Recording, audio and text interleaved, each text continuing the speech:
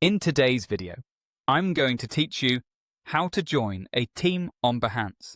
If you collaborate with an agency, studio, or brand on Behance, joining their team helps showcase your work alongside the organization and adds their badge to your profile.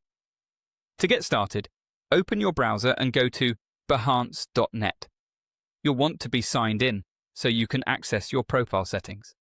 If you're not seeing your account menu, make sure you're logged into the right profile before moving on. Once you're on the site, look to the top right corner and click your profile icon. This opens a menu with options related to your account and portfolio. From there, choose Edit Profile Info. This is where you manage details that appear on your public profile like your bio, social links, and most importantly for today, your team associations.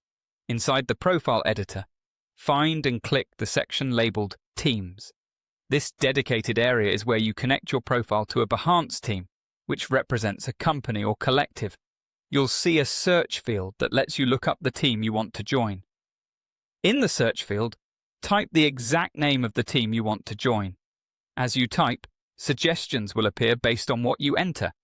Take a moment to double-check the spelling, especially if the team has special characters or similar variants.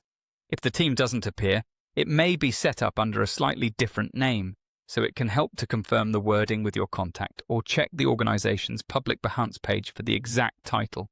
When you see the correct team in the results, click the team's name. That click sends a join request directly to the team administrators. You'll usually see an indication that your request is pending. At this point, you've done your part. The team admin will review and approve the request if everything looks good on their end. After your request is approved, your profile will list the team and your connection to that organization will be visible on Behance. Approval times can vary, so keep an eye on your Behance notifications and email associated with your account for any updates. If the request isn't approved right away, don't worry. Some teams review these in batches or during working hours. And that's it.